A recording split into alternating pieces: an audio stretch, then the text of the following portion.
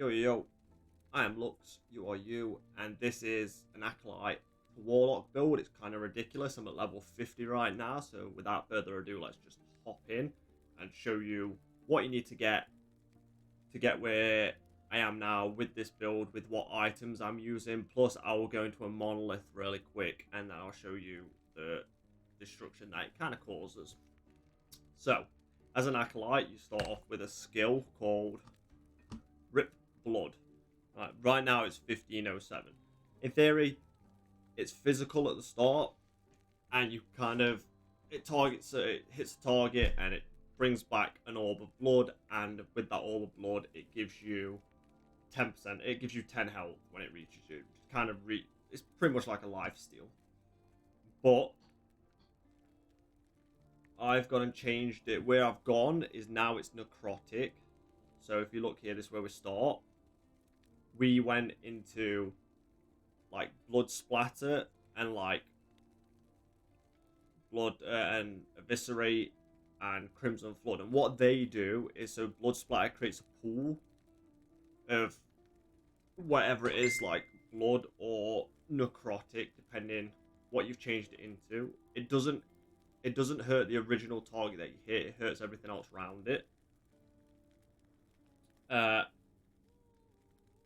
Obviously, eviscerate, it just means you have a higher chance to make a pool bigger, but it costs more money, more mana, sorry. And then Crimson Flood deals more damage in a larger area. So that's for like AoE. So that's where we've gone for AoE, right? Then we come up here.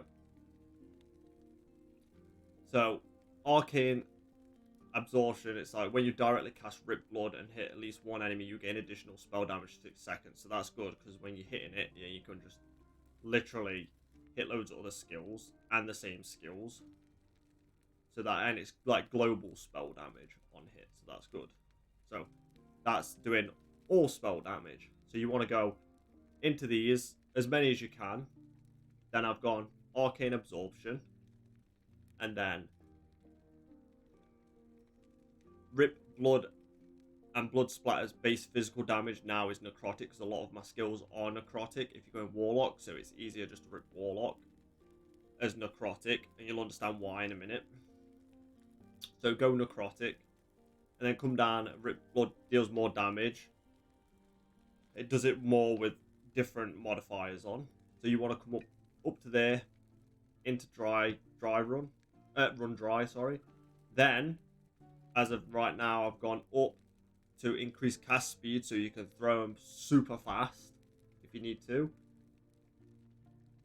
And then increases cast speed, leaves a stench on a target that causes your minions to prioritize attacking it.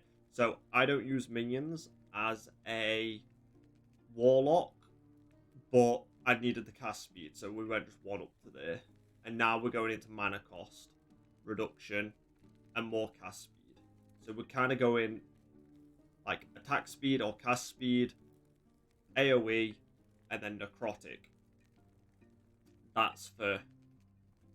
You can do this on Acolyte, because it's on your Acolyte build. Then, when we shift to Warlock, when you unlock Warlock, we're using right now... Oh, actually, no, we'll go to Curse. Sorry, Curse is on Acolyte. This is good Bone Curse, because it applies a curse.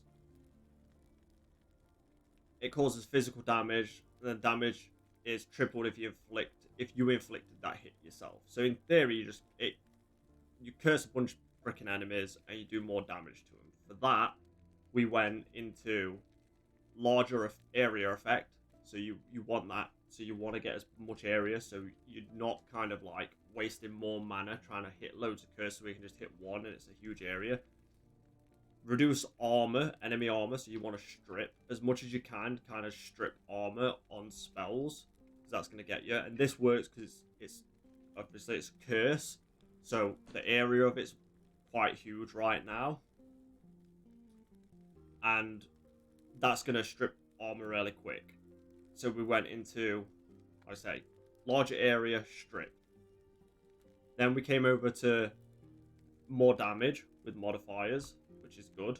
because you don't want it. Your bone curse, you can't. It does a little bit of damage, but it's in theory affects your other skills that are doing damage to it. So bone damage, and then obviously more damage, and then the kill threshold. If it's below a certain kill threshold percentage of the max health, you'll pretty much insta kill them. You'll insta kill mobs. So area, like armor strip, Iron Maiden, which more damage. Brittle Bones, which is more damage, also has a chance to insta kill if it goes below the threshold of the thing of their health. Slow as well, because it's nice to slow enemies. This is the way we're going. And then I went up to Cultist Fervor. I don't know if that's meant to be fever, but it lost less mana and cast speed, which is good because then you can just pop it off really quick. And then we went into has a chance to apply chill. That's the way we're going. These, the ones that I'm not going, are more for minions. So this is not a minion build. This is strictly like spell damage build. So that's for curse, and the one that'll do that just shreds a bunch of armor. And we're still putting stuff in. This is just what we've got now. So if you want to look at it. So then, and that's on Acolyte as well. So you can kind of use both of these on Acolyte straight away. And you can kind of pretty much own early on. But then we have, when you unlock Warlock, for me, I kept Chaos Bolt, which is good because what it does is it's pretty much like magic missiles, if anyone's played the game. But it does necrotic and fire damage. So, for me, and the way I found Warlock is, there's no point of going into like poison and all this stuff. Your main two you want to focus on is fire and necrotic. Mainly necrotic, but some fire, because you're going to have fire in this Chaos Bolt. And from here, and they explode in a small area. So when they hit the floor and hit enemies, they explode. So it does AoE as well. So it's even more crazier. So for this, we went up to right, which is which is pretty much cast speed, and the projectiles travel even faster. Then we went up to Pandemonium, which Chaos Bolt's explosions have a chance to deal damage in a much larger area, which is good, because then your AoE is getting much bigger. But it's a chance. It's not always, but it's a chance. And then we went into the left and went Destructive Intensity. And whenever you cast bolts, you gain a stack of Destructive Intensity up to a maximum. Each stack reduces the target area of improved Chaos Bolt's base critical strike chance. So in theory, it reduces the area that you can hit critical strikes, and you'll hit more critical strikes in that smaller area. Then we went down to, obviously, Chaos Bolt Doom's Vindication, which you hit more damage to cursed enemies. And you'll understand this in a minute, cursed enemies. Right? And then, which, obviously, you can put a curse on enemies. So, with Bone Curse, Doom's Vindication, they're cursed. So you can hit a cursed enemy. So, see how these go. So you're doing more damage, more curse.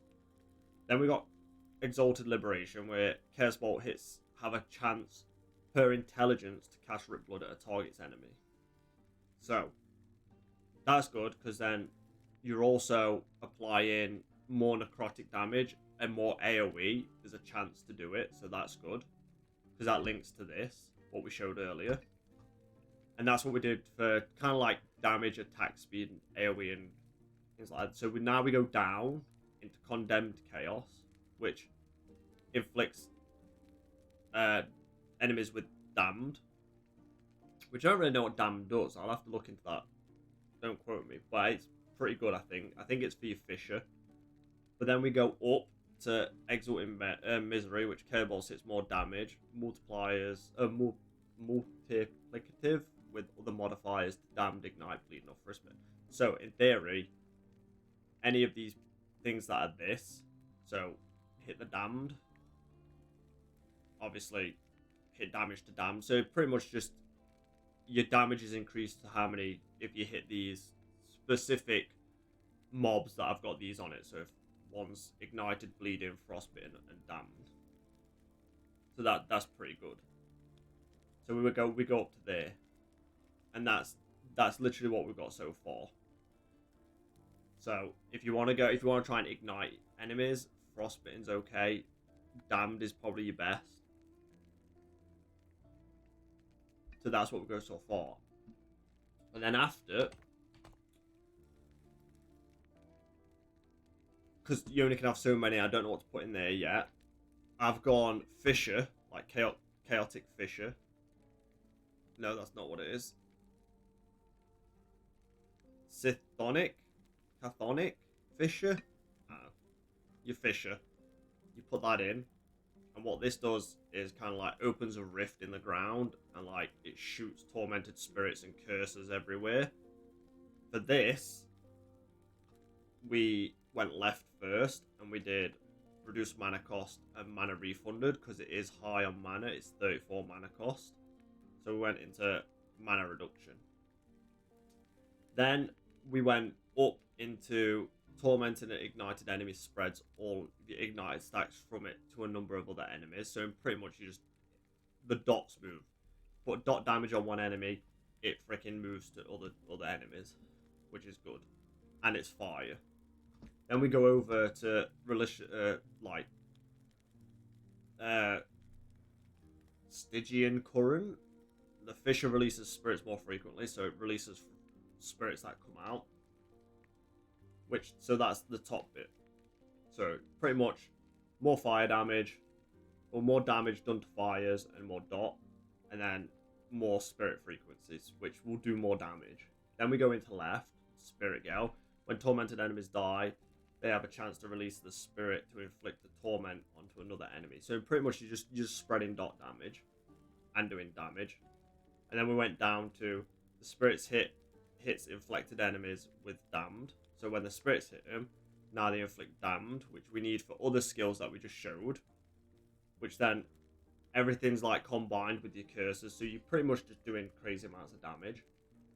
Then we go left over to Severed Wards, and this shreds enemies necrotic resistance, which you need, and then we're going to go into fire resistance. So you're going to shred. So now you're going to be doing more damage. So that's what we did. We did shred damage, and we've got shred on other things, which is good. Because then they're not going to, if they've got necrotic damage, if they've got necrotic resistance, then we're just going to shred it, because our main thing is necrotic, so they're not going to stand a chance. Then we came down to Eradication, and this is just damage to rares and bosses, as you can see, which is good, which we're probably going to need to get up more.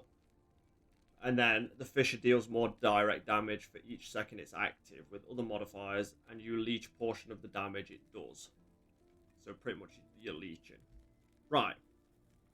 So if you want to you can take a screenshot of that, or just pull the video up or pause it. That's what we've gone so far. And right now we're just going to kind of show you what the skills do. So, you rip blood. It leaves marks, like AoE on the floor, and you can cast it pretty quick.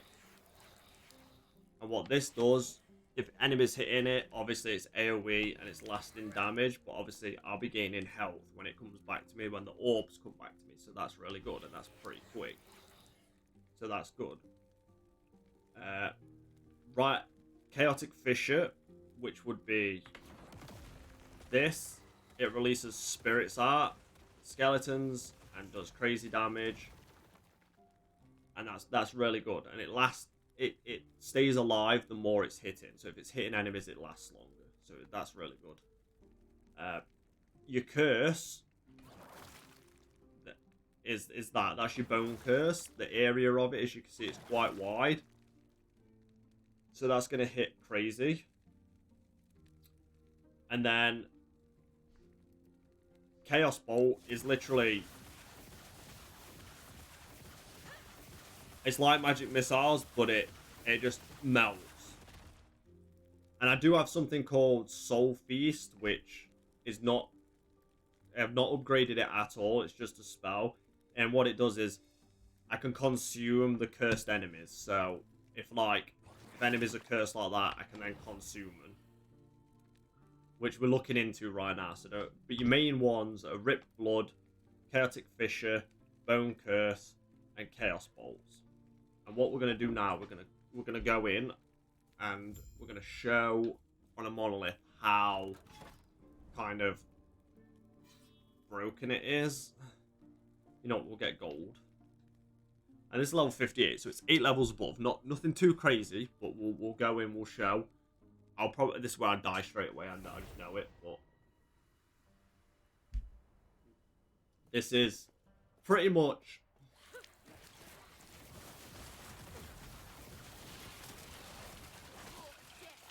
like you're pretty much even 8 levels, like I don't think I'm gonna worry about any of this, like as long as you can curse. I think sometimes the controller does glitch out and hits past him. But it's literally, with all of them combined, it's like you don't really die that much unless you've not got resistance to something.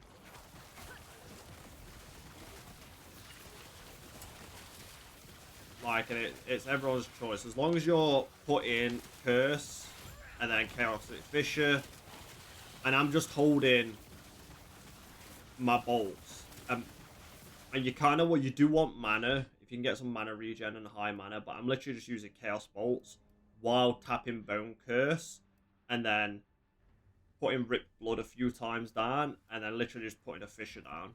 And literally, it's just, it melts. It's only going to get better. It's just, like, right now I definitely need more. Like, I need more necrotic damage and stuff, but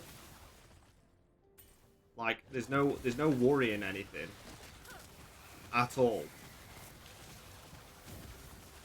And this is just an early on build, so it literally just melts everything.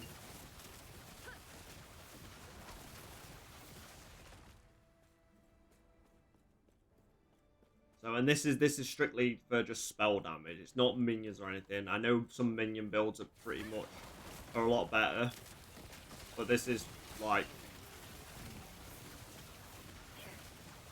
pretty much this is just for your spell damage. And as you can see, it's like it's not.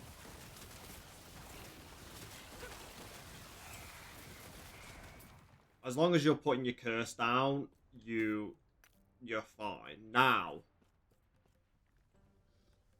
I could probably hit those from over there.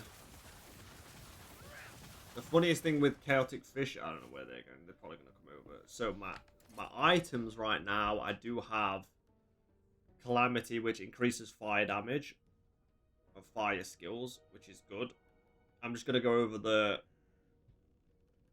And then intelligence is quite a big one. I'm going to go over my rares and stuff. So, Font of the Arrays, which is spell damage, minion damage, but 47%, 47 threshold, cold resistance, 6% increased health and mana, and 20% of mana spent gained as a ward, which is good.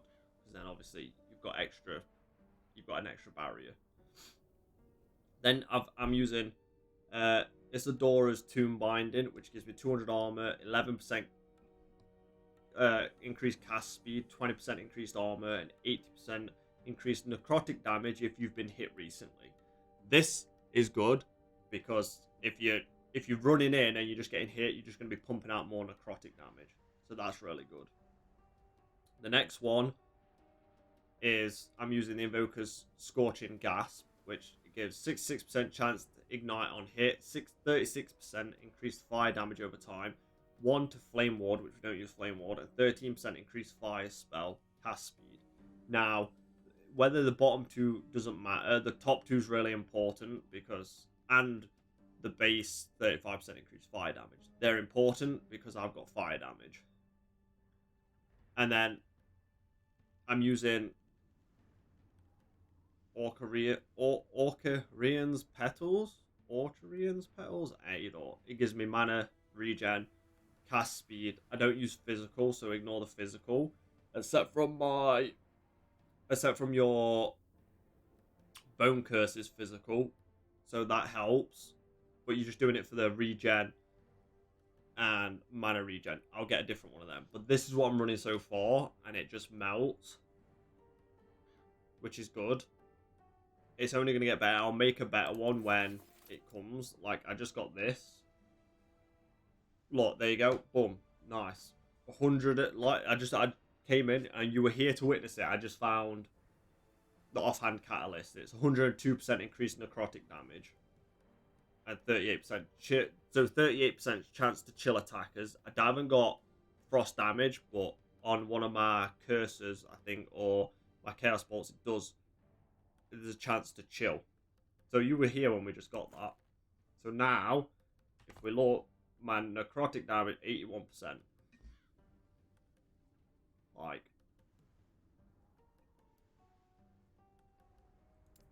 so with that being said, they're my items so far. We just got that. Occultist, Osprix, Skull of the Thunderer, or Tundra.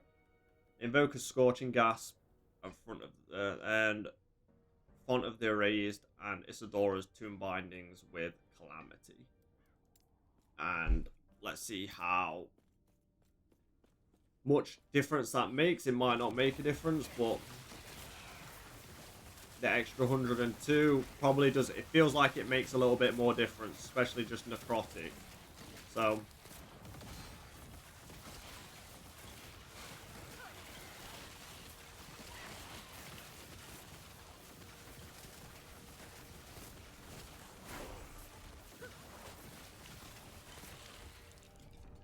yeah, that's the build. We melt. So I do appreciate it. Keep in touch of my YouTube, and I'll update the builds as we go on. But for now, level 50, if you can get that earlier on, go for that and you'll just melt. I do appreciate everyone watching. As always, I'm Lux UU, and I am out, and I'll see you on the next one. Much love and peace.